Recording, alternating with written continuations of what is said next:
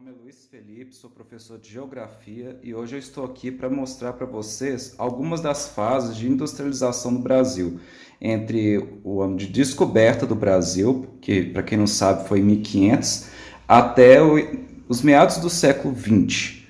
Essa aula é direcionada para alunos do ensino fundamental do sétimo ano. Então, aqui nós temos a primeira fase.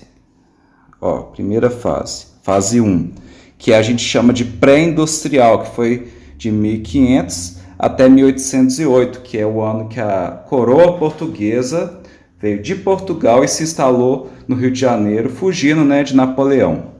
Nessa época, o que predominou foram os engenhos de açúcar, tá bom? Os engenhos de açúcar, como vocês podem ver nessa imagem aqui, eles foram as principais fontes de renda que a colônia tinha e que a coroa também se aproveitava. Eram então as principais, como está escrito, instalações econômicas.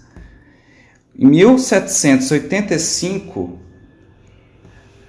a gente tinha um marquês, chamado Marquês de Pombal, lá em Portugal, que proibiu a abertura de pequenas fábricas e manufaturas no Brasil.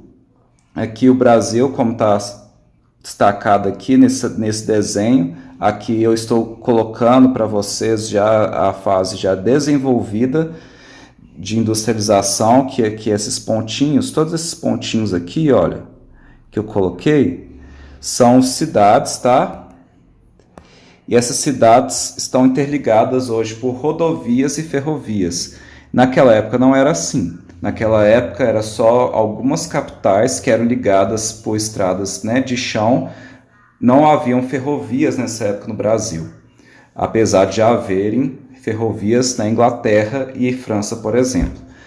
E Marquês de Pombal proibiu a abertura de pequenas fábricas. Então, estou até colocando aqui o símbolo de não há fábricas, proibido fábricas. E aqui, na fase 2, foi então o início da industrialização, que a gente pode falar que o Brasil realmente se industrializou. Em 1808, o alvará foi revogado. Por que o alvará foi revogado? A coroa portuguesa transformou o Brasil na capital de Portugal, porque ela estava fugindo de Napoleão, e Napoleão tomou toda a região lá da Europa de Portugal, a região que é conhecida como Portugal na Europa, foi tomada por Napoleão como parte do império dele. A coroa vazou. Foi para Rio de Janeiro e se instalou lá em 1808. Iria ficar lá até 1822, quando o Brasil conseguiu sua independência. E assim, como está bem claro aqui, a coroa acabou abrindo exceções para o Brasil e o Brasil pôde criar suas primeiras fábricas. E quem foi, então, esse senhor que está aqui do lado, o que a gente chama de Barão de Mauá?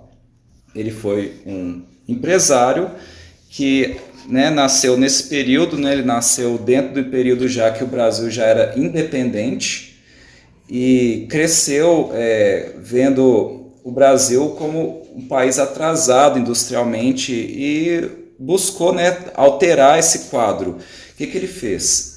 Foi na Inglaterra, estudou bastante, aprendeu como investir na industrialização, veio para o Brasil e buscou investir em ferrovias, telegráficos,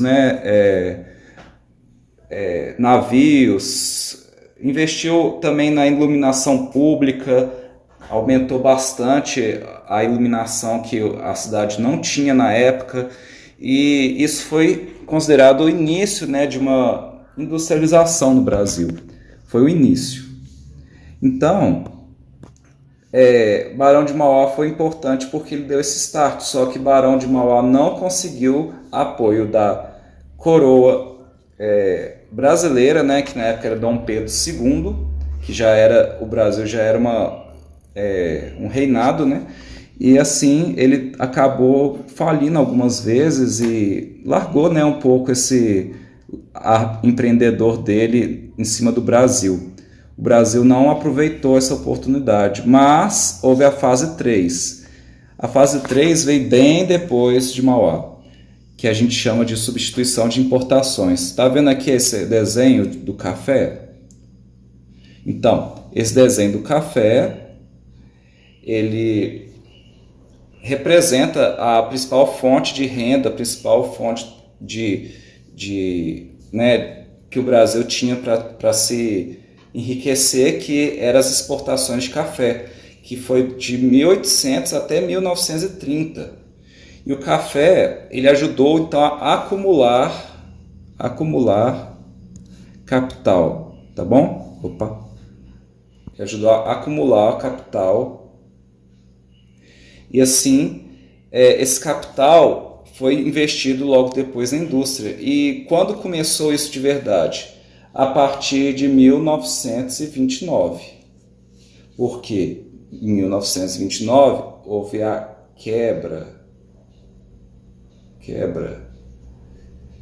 da Bolsa de Nova York. Com a quebra da Bolsa de Nova York, as pessoas faliram no exterior, principalmente nos Estados Unidos. E falindo, não tendo dinheiro, muitas vezes elas não tinham dinheiro para comer, para se alimentar. E o que elas fariam para conseguir esse tipo de alimento? Gastar dinheiro, o pouco de dinheiro que elas tinham para comprar comida substancial, arroz, batata, trigo, farinha, para fazer a comida delas. Só que o café que o Brasil vendia era um artigo de luxo, era uma sobremesa, era algo que não era necessário para você se alimentar. Então, as pessoas pararam de comprar café. E o que tem a ver, então, o Getúlio Vargas com isso? Getúlio Vargas veio logo depois desse período, ele, a partir de uma revolução, chamada Revolução de 1930, aqui ó, vou até escrever, Revolução de 1930, Getúlio Vargas assume o poder e adota medidas protecionistas. Adota, então, medidas protecionistas. E essas medidas protecionistas, elas vão fazer com que Getúlio Vargas impeça um pouco as importações de produtos, né, de indústrias de base, por exemplo, calçados, roupas, ferro, aço. Ele impede essas importações que cheguem de outros lugares do mundo para que o Brasil tenha que produzir para atender a demanda dentro do próprio Brasil, a demanda dos próprios brasileiros. Então, isso se chama substituição de importações.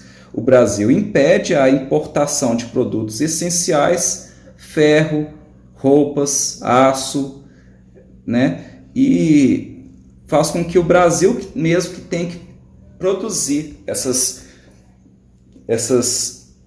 materiais que são importantes. Isso durou até 1945, porque Getúlio Vargas saiu em 1945, só retornou em 1951 e ficou de 1951 de novo até 1955, quando ele faleceu. Depois veio a fase 4, tá? E essa fase 4, ela vem com o Juscelino Kubitschek, que é esse senhor aqui. Juscelino Kubitschek investiu bastante na malha rodoviária. Ele queria muito que as cidades, né, que eu falei que eram poucas cidades grandes e que eram mais próximas ao litoral, elas se ligassem com o interior do Brasil, que é o centro-oeste. Então ele criou, né, o que vocês estão vendo aqui pelas setinhas, olha,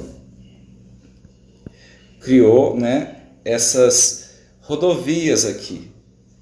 Essas rodovias 040, 381, Fernão Dias e tal, ele ajudou não só a criar como ampliar, tá bom? Essas rodovias.